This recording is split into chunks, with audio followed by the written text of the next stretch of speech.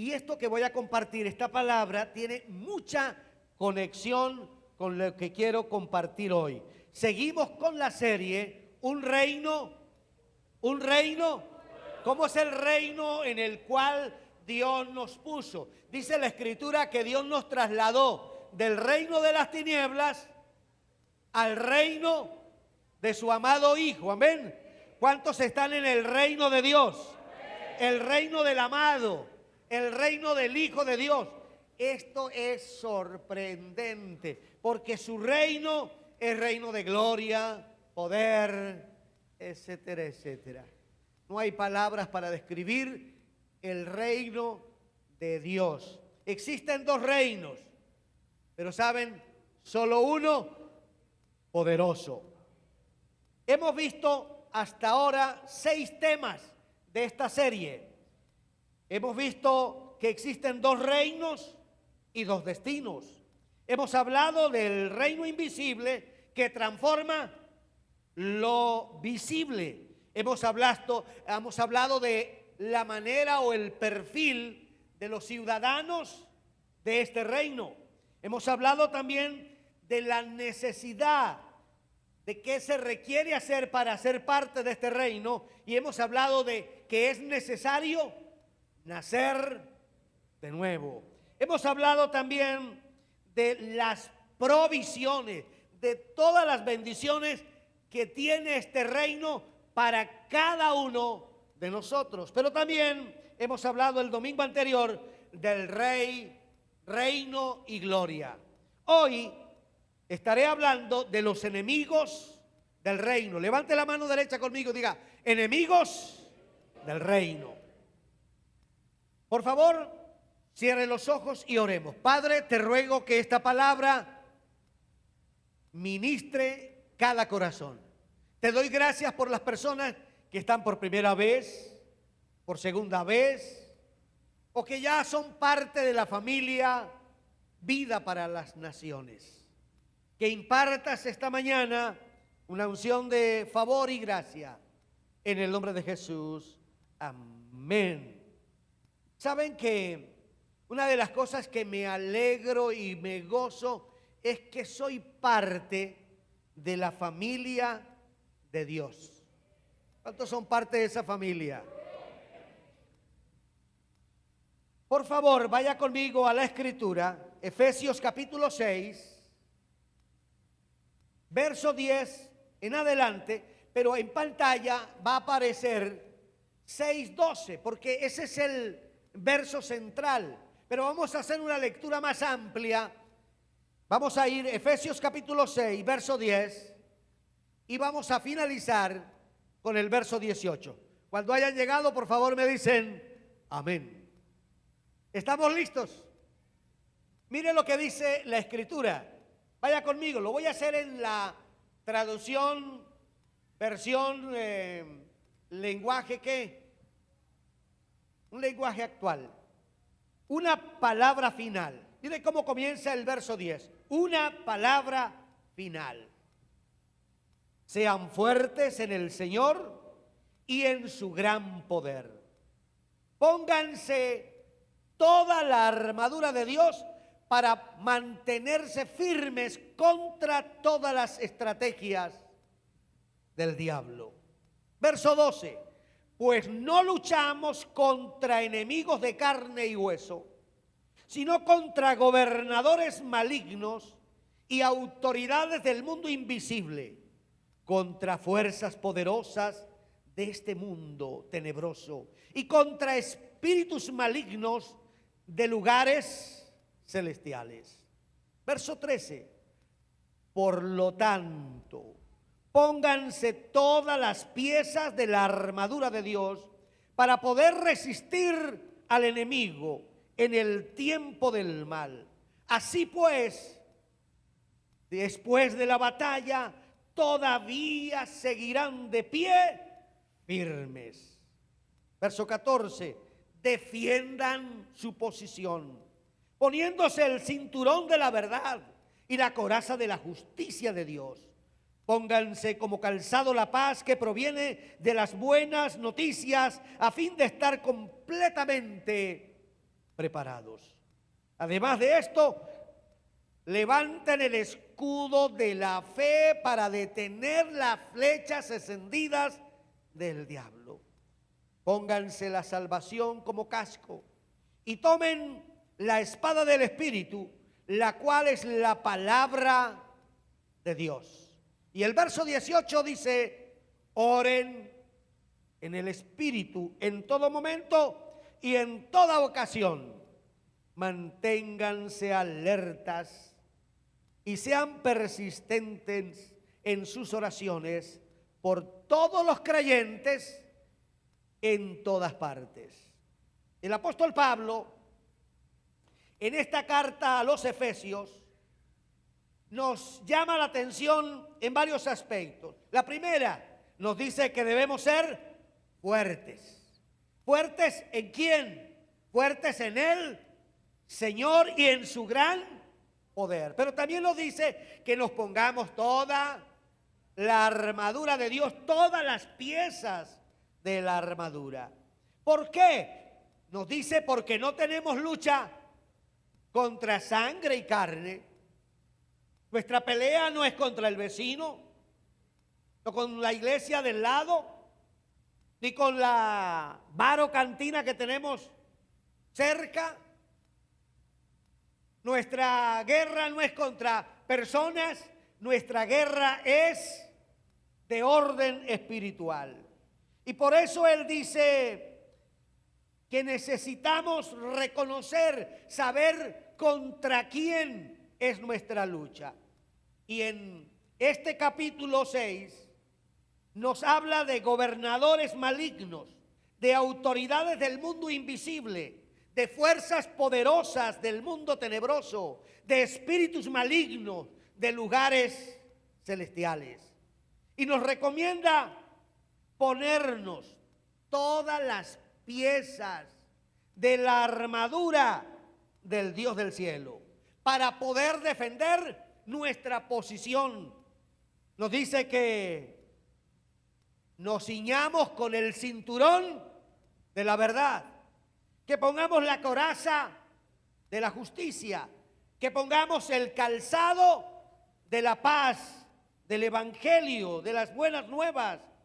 Nos dice también que tomemos el escudo de la fe para apagar las flechas encendidas del diablo y que usemos el casco de la salvación y la espada del Espíritu, que es la palabra de Dios. Y cierra orando en todo tiempo. Y saben, es porque vivimos en un reino poderoso, pero también ese reino enfrenta enemigos con una fuerza y un raudal que necesita la presencia y el poder de Dios para poder permanecer firmes y fieles al Señor. Hoy aprenderemos cómo reconocer esos enemigos, cómo enfrentarlos, cómo lograr la victoria sobre ellos. ¿Alguien dice amén? Quiero comenzar por el primer punto. La realidad del conflicto espiritual. Repítalo conmigo, diga, realidad. ¿Cuál es la realidad que enfrentamos? Hay una realidad de una guerra, de una confrontación, de un conflicto espiritual. En otras palabras, hay una guerra invisible. Usted no la ve, pero es real. El apóstol Pablo dice que las armas de nuestra milicia no son carnales, sino que son poderosas en Dios para la destrucción de fortalezas. El reino de Dios avanza en medio de una batalla espiritual diaria, constante. No tenemos lucha contra personas. Su lucha no es contra su esposa.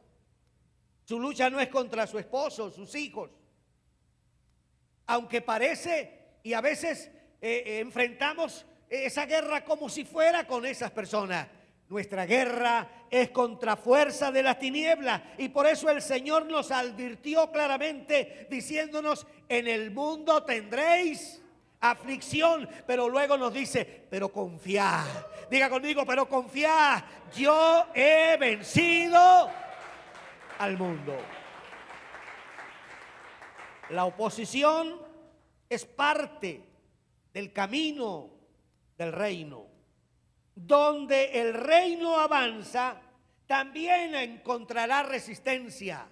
Y es por eso, mis amados hermanos, que usted y yo tenemos que ser conscientes de este conflicto invisible, pero real. Quizás no somos conscientes de ellos. Pensamos que peleamos contra cosas naturales, pero nuestra guerra, aunque invisible, es real. Y el enemigo está buscando, dice la Escritura, a quién devorar. Por favor, dele una palmadita a la persona que tiene a su lado y recuérdele, hay una guerra. En segundo lugar, quiero hablar de quiénes son los enemigos. ¿Quiénes son? Usted debe saber, tener claro contra quién usted tiene esta guerra. En primer lugar, nuestra guerra es contra Satanás y sus demonios. Dice Primera de Pedro 5:8, vuestro adversario el diablo, como león rugiente, anda buscando a quien devorar. Oiga, y hay hermanos que dan papaya. Damos a veces tanta papaya al diablo. El objetivo de las tinieblas o de Satanás y sus demonios es engañar. Él engañó a Eva. Él le hizo creer que comiendo del fruto prohibido podría alcanzar la sabiduría y además llegar a ser como Dios. Esa acción de Adán y Eva trajo las consecuencias funestas sobre toda la raza humana. Además de engañar, él vive acusando, porque uno de los trabajos de Satanás es que él te engaña, te hace caer y luego comienza a acusarte, comienza a señalarte y se dispara dentro del ser humano las voces de la conciencia. No te dejan en paz, no te dejan tranquilo, porque él sabe que ahí puede hacer mucho daño. Además de acusar, también él vive tentando. Él se atrevió a tentar a Jesús. Cuando Jesús es llevado por el Espíritu al desierto, también llegó Satanás allá y le puso una tentación. Pues saben, a diario usted y yo nos enfrentamos a tentaciones. Tentaciones que tienen que ver con los deseos. ¿Sabe? Hay muchos deseos que usted quisiera tener. Y sabe, de acuerdo a los deseos será la medida de su tentación. Además de esto, a Satanás le encanta destruir. El Señor Jesús dijo que el ladrón vino para matar, robar y destruir. Él está bien organizado, bien estructurado. El apóstol Pablo hace una presentación estructural de cómo él gobierna. Habla de principados. La palabra para principados en griego es arce o arcones también. Y tiene que ver con una autoridad que gobierna sobre un territorio. En segundo lugar, habla de autoridades. Ese término autoridades en griego es la misma palabra exoxia, que significa una autoridad o un gobierno. Alguien que tiene la capacidad.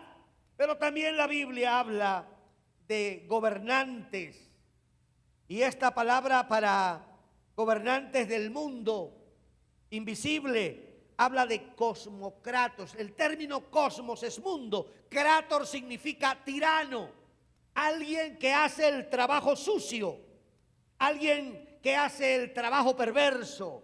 Y este es definitivamente la estructura de Satanás, trabajar con una estructura que le permita liderar un trabajo de guerra continua contra los que tratan de agradar a Dios. Aquellos que hemos decidido no hacer nuestra voluntad, sino la voluntad de Dios, contra ellos va la guerra. En segundo lugar, el sistema del mundo. Este es un sistema que Satanás utiliza para tomar incautos, para esclavizar a los hombres. El Señor habla de los deseos de la carne, los deseos de los ojos y la vanagloria de la vida. Estas tres cosas trabajan en equipo para atrapar a los creyentes. Deseos de la carne. ¿Sabe que nuestra carne desea muchas cosas? Esta carne le gusta hacer lo que le da la gana. ¿Quiere ver a alguien feliz? Déjelo hacer su reverenda voluntad. Esta carne pide placer, pide dinero, se la pasa deseando y deseando. Pero también la Escritura nos habla de los deseos de los ojos. No sé si usted ha salido una tarde de compras, de shopping. Oiga, no sé, pero hay algunas amadas que tienen una glándula aquí y cuando salen de shopping esa glándula se crece así y eso las jala.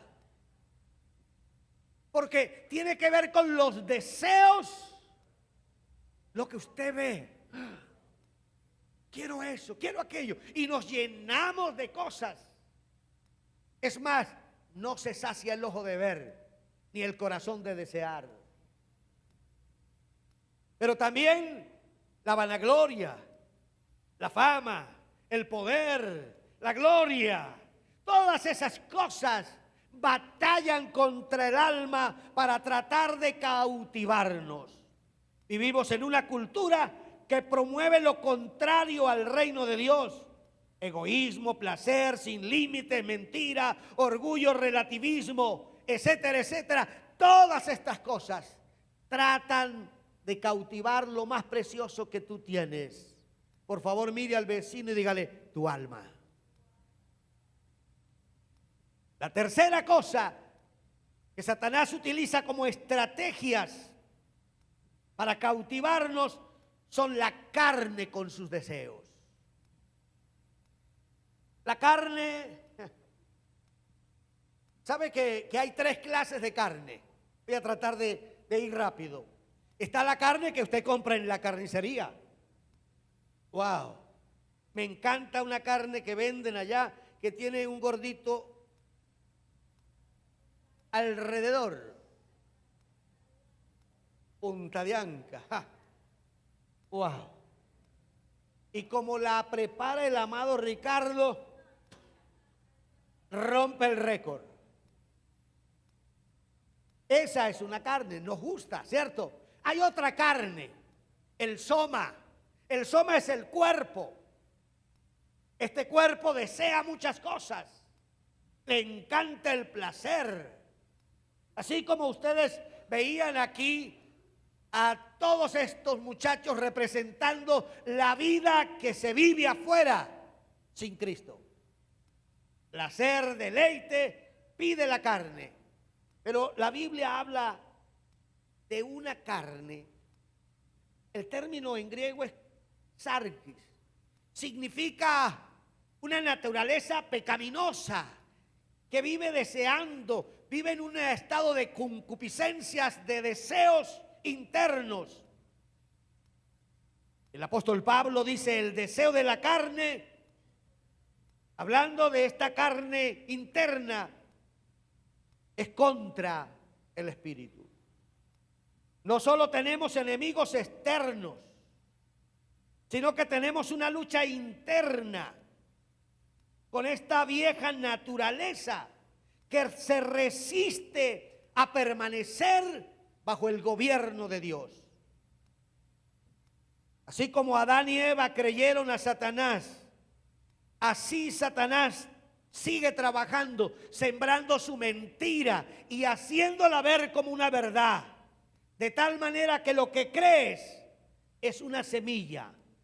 Levanta tu mano y diga: lo que creo es una semilla. Produce fruto. Lo que crees determina cómo vives. Por eso es que dice la Escritura: pero los que son de Cristo han crucificado la carne con sus deseos. ¿Alguien entiende esto? Que alguien aplauda al Dios del cielo.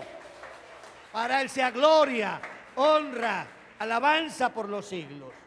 Tercero, quiero hablarte de estrategias del enemigo. ¿Cómo trabaja? ¿Cómo opera el reino de las tinieblas? Realmente este tema es para escribir unos 10 temas. Y de hecho que tengo todo un material que pudiera enseñar sobre este tema, pero este es apenas un abrebocas para poder mostrar cómo son los enemigos del reino. ¿Cuál es la estrategia de Satanás? En primer lugar, traer confusión doctrinal. Satanás trata de atrapar incautos, trayendo confusión en lo que tú puedas creer. Todo el sistema de creencias es atacado por el rey de las tinieblas. El apóstol Pablo dice: temo que así como la serpiente con su astucia engañó a Eva, ustedes también sean desviados, engañados por esta fuerza maligna. El enemigo busca distorsionar la verdad, promueve otros evangelios que no tienen el poder que el apóstol Pablo describe en Romanos cuando dice que el evangelio es poder de Dios. El apóstol Pablo, hablando a los Gálatas, dice que si alguien predica otro evangelio diferente al que los Gálatas habían oído, este sea anatema. ¿Y sabe por qué? Porque hay otros evangelios. Está el evangelio de la prosperidad. Fácil de coger porque es parte del deseo que tenemos. Pero juntamente con el evangelio del reino también viene el sufrimiento. Y es necesario que pasemos por ciertos procesos. Mire al vecino y dígale: es necesario los procesos. ¿Alguien me está oyendo? Pero está el evangelio distorsionado. Hay un evangelio que es el evangelio mormón. Corresponde a un grupo sectario llamado los Santos de los Últimos Días. Ellos tienen su propio libro, su propio evangelio.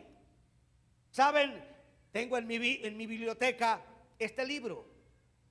Leerlo es un enredo, porque es un revuelto de Biblia, antiguo, nuevo y versiones propias. Pero también está el evangelio de los testigos de... Termínelo. Ese evangelio que tiene otro libro parecido al nuestro, pero con una mezcla. Y así va a encontrar muchas clases de evangelio, y ese es el propósito de las tinieblas: confundir o dividir.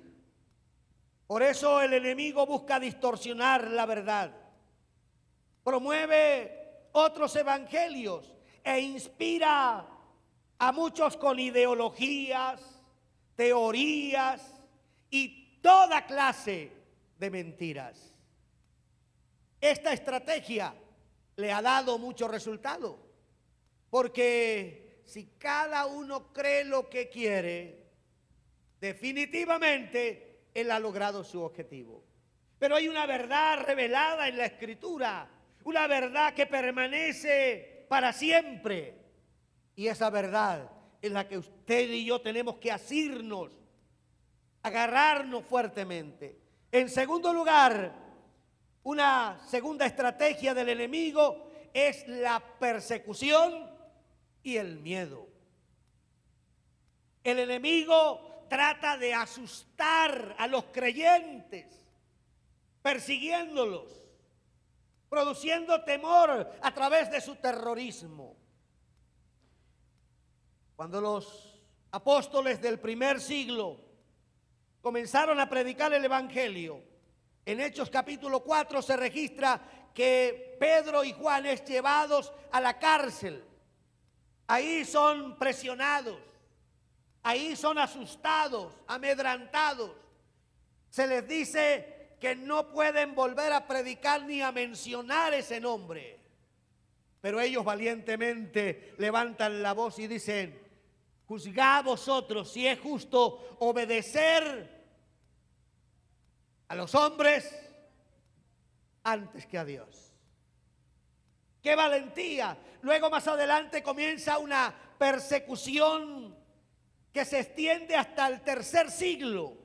Pero a pesar de ello, el diablo no logró amedrantar a los seguidores de Cristo, porque ellos sabían que el reino de Dios es un reino de gloria y poder. El miedo busca callar a los ciudadanos del reino, pero nadie ni nada podrá separarnos del amor de Cristo. Ni persecuciones, ni muerte, ni hambre, ni nada, ni nadie nos podrá separar del amor de Cristo. Levante la mano y diga: nadie me podrá separar de ti. Que alguien le dé un fuerte aplauso al Rey de la Gloria. Hay una tercera estrategia del enemigo. La tercera estrategia tiene que ver con la distracción y la comodidad. Comodidad y distracción son métodos que las tinieblas utilizan. El Señor habla en la parábola del sembrador de los afanes del mundo, del engaño de las riquezas. Habla de la presión de la familia. ¿Saben? Una manera de desviarte del propósito es distraerte.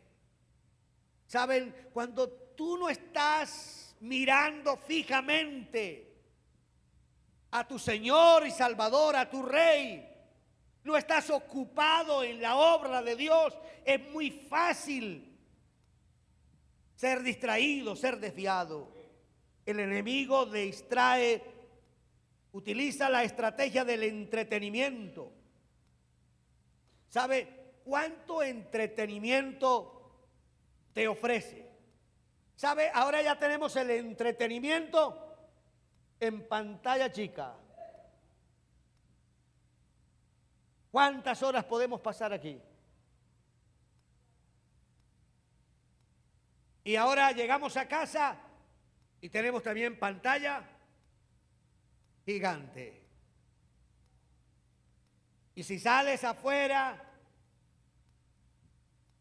pudiera hablar de farras, discotecas, un party. ¿Alguien me está oyendo? Todo lo que tú quieras, lo que tu carne desea, el diablo te lo puede ofrecer, o si no se lo inventa. También el diablo trabaja buscando distraernos con las preocupaciones. ¿Cuántas preocupaciones? El arriendo, los servicios públicos, la deuda en el banco, el proyecto, el trabajo. ¿Cuánta gente valora más las cosas que hace que descansar un domingo y decir: Señor, yo voy a creerte que mi provisión viene de ti? Y pararlo todo. Escúcheme, pararlo todo. El sistema del faraón es mantenerte ocupado. Lunes, martes, miércoles, jueves, viernes, sábado, domingo. Y si se puede inventar un día más, se lo inventa para mantenerte ocupado. Las preocupaciones de la vida pueden desviarnos. ¿Cuántas personas hoy están preocupadas por esto, por aquello?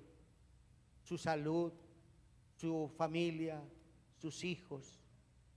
Pero sabes, yo he aprendido, yo he visto la mano de Dios obrar de una manera tan especial. Y aunque confieso, a veces me preocupo, siempre vuelvo a los brazos de Él y digo: Señor, confío en ti.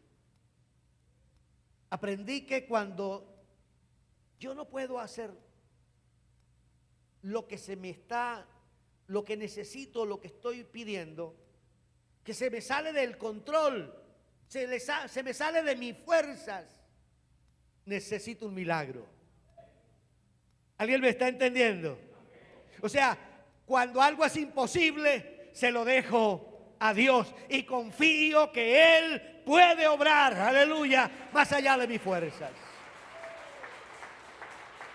Otra manera de mantenernos distraídos y cómodos, porque el diablo trabaja en la distracción y en la comodidad. Cuando usted logra un estatus, cuando usted logra un nivel, usted dice: status quo. Entonces comienza a trabajar con los placeres. Necesitas esto, necesitas aquello, y busca de una u otra manera mantenernos distraídos. Estas son sus estrategias. Voy a repetirla: confusión doctrinal, persecución y miedo, y distracción y comodidad. Pero quiero hablarle de cómo resistir. El apóstol Pablo dice: resistí al diablo. Repítalo conmigo: resistí al diablo y de vosotros. No me escuchan. Resistí al diablo y de vosotros huirá. ¿Saben? El secreto de la gran victoria es poder resistirlo. ¿Y cómo podemos resistir ataques tan funestos, tan perversos, tan dañinos? Esta semana salió la noticia de un grupo de cristianos que fue asesinado aquí en Colombia, ahí en el Guaviare. Un pastor de la iglesia cuadrangular, 3 de sus miembros del concilio y otras personas más de otra iglesia. Estaba oyendo noticias también acerca de en África, un grupo de cristianos que fueron quemados. Pero ¿cómo podemos enfrentar estos ataques tan funestos, tan terribles? El diablo ataca tu mente, ataca tu salud mental, ataca tu salud física, ataca tu economía, ataca todo. ¿Cómo podemos estar resistiendo? Le voy a dar 4 cosas que son importantes hacer. La primera: póngase toda la armadura de Dios, usando la armadura del cielo. Amén. Esa armadura que Dios nos ha dado, esa armadura no es para tenerla como un concepto teológico, es para usarla, para ponerla. Por eso dice Efesios capítulo 6, verso 12: pónganse toda la armadura de Dios, para que puedan estar firmes. La armadura es una defensa contra esos ataques espirituales.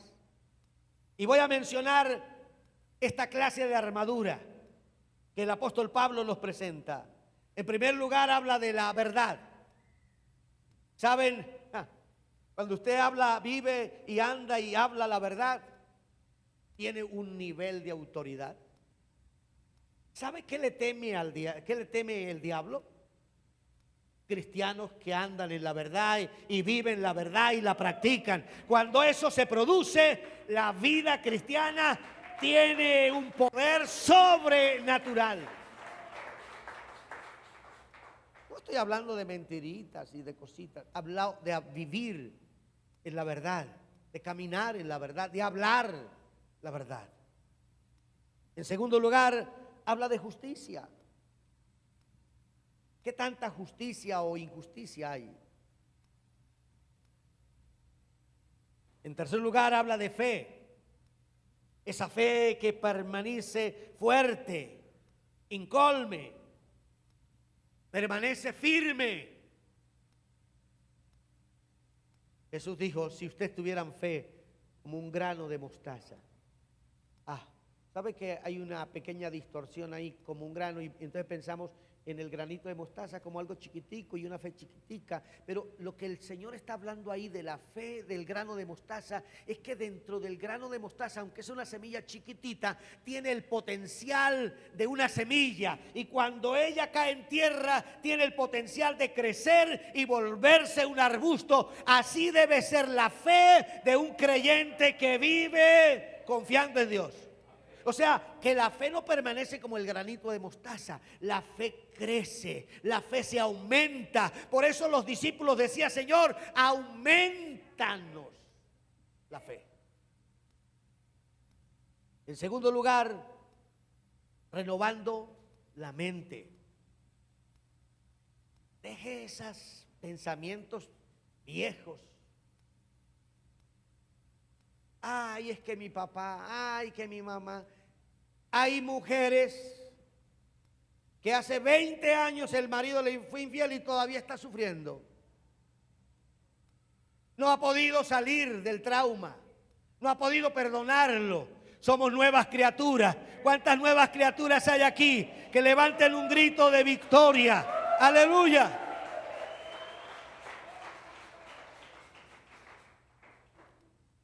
Renueve la mente. El apóstol Pablo dice, transformaos por medio de la renovación de vuestro entendimiento. La verdad nos hace libres. La verdad es poderosa, quebranta y rompe el engaño de las tinieblas. Renueve cada día la mente. ¿Cómo la renuevo, pastor?